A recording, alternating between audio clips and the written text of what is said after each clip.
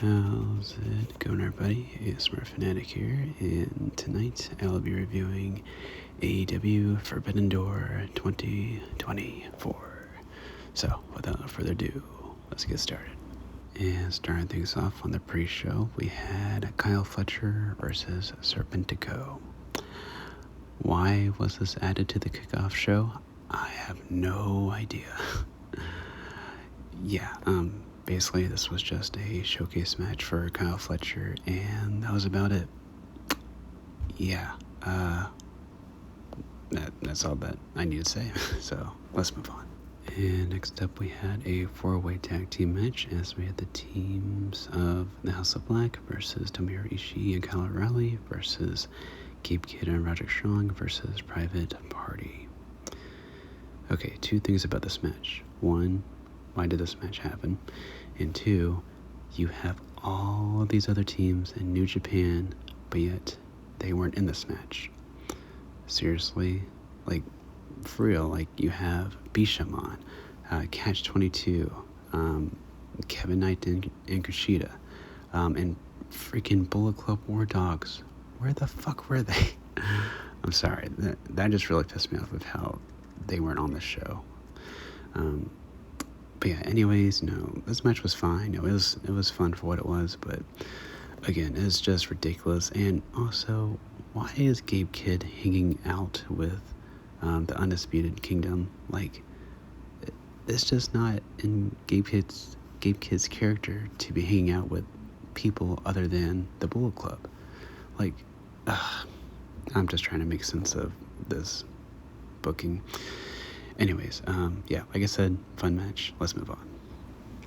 And then we had a tag team match as we had the team of Willow Nightingale and Tom Nakano versus Chris Statlander and Momo Watanabe.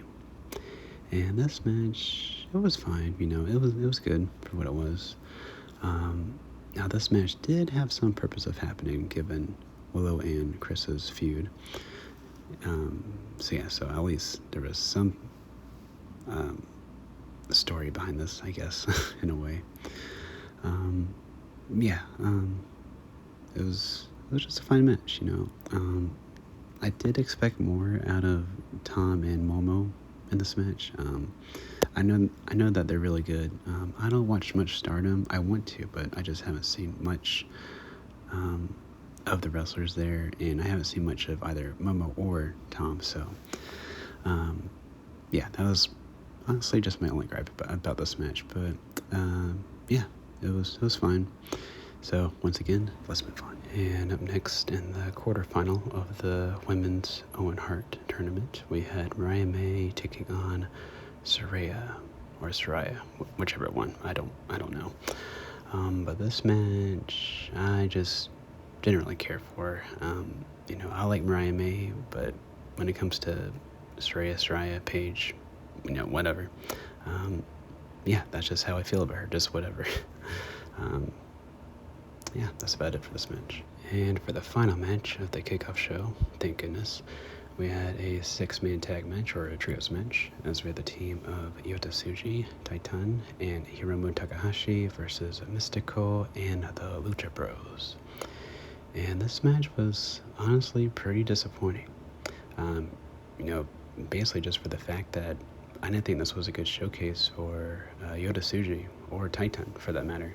Hiromu did pretty good, but I'm a big Yota Tsuji fan, and I just didn't think he would showcase that well in this match.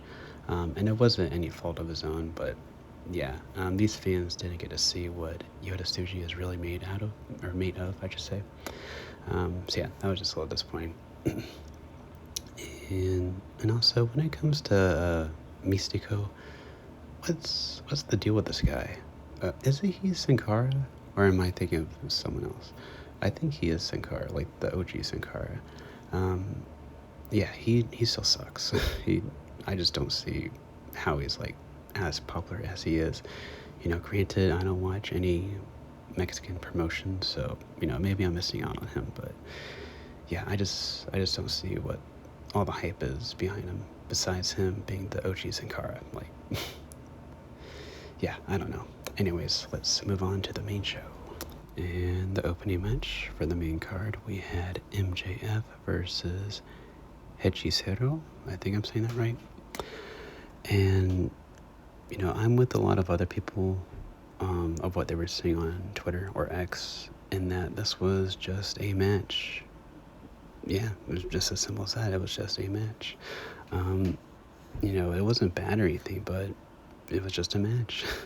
I don't know who Hechicero is, but he's just okay. I wasn't overly impressed with him, and it was obvious that MJF was gonna win, so there wasn't any real drama behind this match. So yeah, my excitement levels for this contest was just not there, really. So yeah, that's pretty much all I need to say about this match. And next up, we had a trios match as we had the team of Hiroshi Tanahashi and the Acclaimed versus the Elite. And this match was just fine, to be honest. The only highlight for me was just seeing Okada and Tanahashi in a ring again. And yeah, that's pretty much it. And the thing that got me about this match was that Tanahashi is in fact part of a trios team in New Japan. And guess what? They are also the champions there. And in case you guys don't know, he's part of a team with Bolton Oleg and Toriano, so why weren't they in this match? I have no idea. It beats me. Yeah, like I said, fine match. Just whatever, really. And then we had Bryan Danielson versus Shingo Takagi in the quarterfinals of the Men's Owen Hart Tournament. And this was the match that I was looking forward to the most on the show. And did it deliver? Kinda. Now, it does sound bad, me not just flat out just saying yes. But yeah, to be honest, I expected a bit more from these two. Now, don't get me wrong, these are both fantastic wrestlers in their own right, but yeah, just something was just a bit off for me in this match. And the majority of, why I feel this way is because of the crowd. This crowd sucks ass, okay? This crowd is just downright terrible.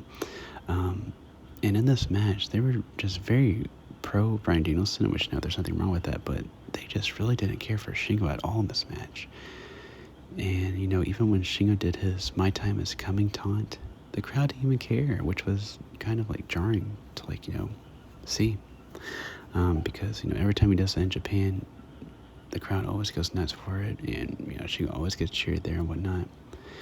But in this match, the fans did not care at all. So, yeah, the crowd just brought the match down for me, unfortunately. And yeah, like I said, just the action could have been a bit better, in my opinion. But still a good match. I wouldn't say great or anything. I've been seeing people giving this match 5 stars and whatnot, and I'm like, seriously? Yeah, not for me. But still a good match. And after that match, we had for the AEW Women's World Championship, the champion Toni Storm defended her title against Mina Shirakawa. And honestly, this was my favorite match of the night so far. I'm probably gonna get hate for that because, how can you say it's better than Bryan versus Shingo? Well, this is my opinion. So yeah, this match was the best match of the card so far for me. But yeah, just a really good match here. I thought these two had good chemistry, and also this was my first time seeing Mina wrestle, because I don't watch Dynamite, Collision, Rampage, whatnot anymore. So yeah, I was very impressed with her. She's a very good wrestler and very fine, by the way. But anyways, yeah, these two just had good chemistry. I love the story that was told in this match, and yeah, my favorite match of the night so far. And then we had Orange Cassidy versus Zack Sabre Jr. And this was a good match. I enjoyed it as expected. Good technical wrestling and back and forth action as well in this match. But I do have one gripe, and it's a pretty big one too. And that is the fact that Orange Cassidy is still doing the stupid pockets gimmick. I am so over this shit. It has gotten so old, so stale, and it has overstayed its welcome big time. I mean, like, how many years has he been doing this stupid gimmick for? Like, yeah, at first it was funny, but now it's like, it's fucking annoying, to be honest. So yeah, like I said, I like the match. Just Orange, please get a new gimmick. I'm begging you. And then we had our third trios match of the night, as we had the team of Samoa Joe, Hook, and Kazuya Shibata versus Chris Jericho, Big Bill, and Jeff Cobb. Okay, first things first. Jeff Cobb issued an open challenge on the show for his NJPW TV title. Whatever happened to that? Did Tony Khan, like, does he have Alzheimer's? Did he not, like, remember that? Like, what the fuck? I was actually looking forward to that. But no, instead, Jeff Cobb just lumped into this stupid 6-man tag match. So yeah, that really pissed me off. But anyways, my thoughts on this match here, it was just another trios match. I mean, we've already seen 2 tonight, so it's like, whatever, really. I'm glad Samoa Joe's team won, at least. I hate Chris Jericho's gimmick with a passion. It's so stupid. And yeah, that's about it. Let's move on. And next up we had the TNT Championship ladder match, as we had the participants of El Fantasma, Leo Rush, Jack Perry, Konosuke Takeshita, Mark Briscoe, and Dante Martin. And this was a lot of fun. I really enjoyed this match quite a bit. I will say that it was pretty obvious that Jack Perry was going to win, in which he did. And going into this match, I did want Konosuke Takeshita to win, but he has been announced to compete in the G1, so yeah, so that's why he didn't win. But I do think that Mark Briscoe should have won this match, definitely. And it kind of looked like he was towards the end, but it just wasn't meant to be, unfortunately. So yeah, the predictable route got chosen with Jack Perry, so whatever. I mean, Jack Perry is growing on me a little bit, especially the stuff he was doing at New Japan with the House of Torture and all that. So yeah, I don't hate the guy anymore. He's, like I said, grown on me, but yeah, like I said, fun match, but just a tad bit predictable. And then we had title for title, as we had the champion Mercedes Moné taking on the other champion, Stephanie Vaquer. And this was really good. I enjoyed this a lot, and I especially enjoyed Stephanie Vaquer.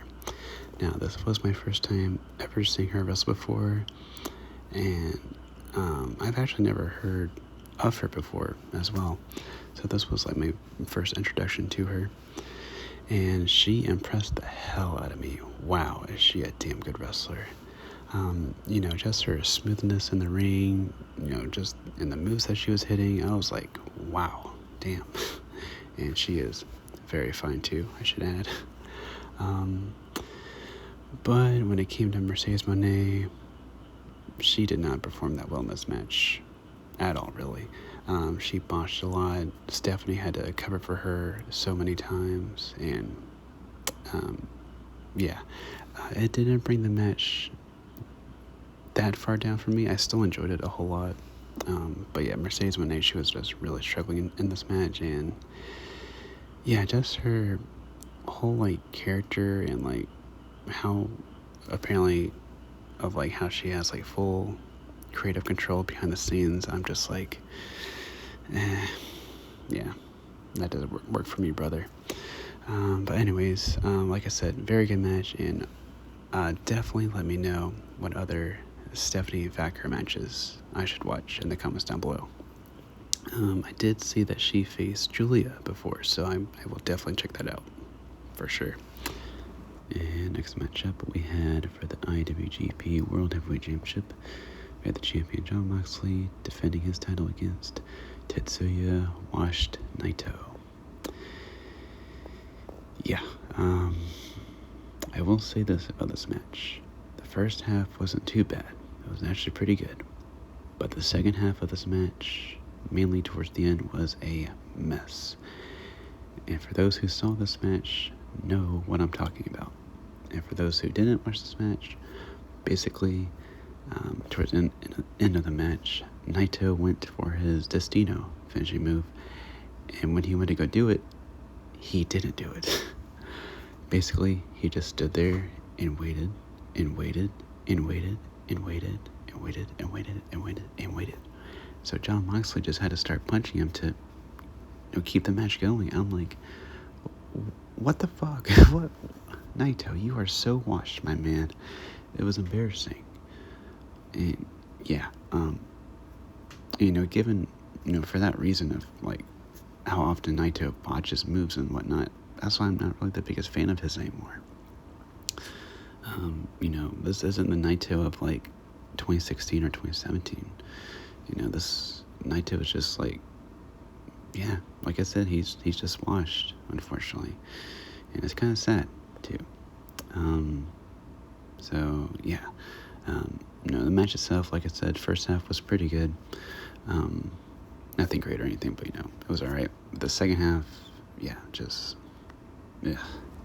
And in the main event, finally, we had for the AEW World Championship, the champion Swerve Strickland defending his title against Will Ospreay. This match saved this show. Seriously, this match was fucking incredible. These two were like even in the ring. Like both guys were like matching each other's moves and whatnot, and just going at each other's pace. Like this was very fast paced too, and which I love.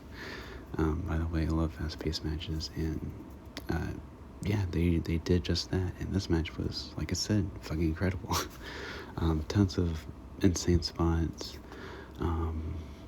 If I had to pick my favorite one, Swerve stomp to Ospreay on the announce table was insane. That was wow. I even like let out like a gasp when I saw that. I was like, oh, whoa. But yeah, man, I'm having like all these like different spots going through my head right now of what happened in this match. But yeah, absolutely insane. I suggest you guys go ahead and watch this match, definitely. And I really like the ending to this match a lot. Very, very well done. With Ospreay like just being like so worn out and not being able to hit the oh my gosh, what's his elbow finishing move called?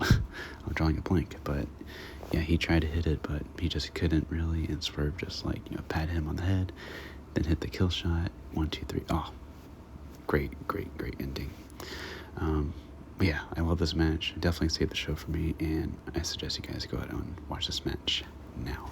And that will do it for my review of AEW Forbidden Door 2024. That rhymed. But yeah, this was exhausting, guys. Oh my gosh. I had to take breaks in between of watching the show. I couldn't do it in one sitting. It was just so exhausting. What was it, like 15 matches on the show?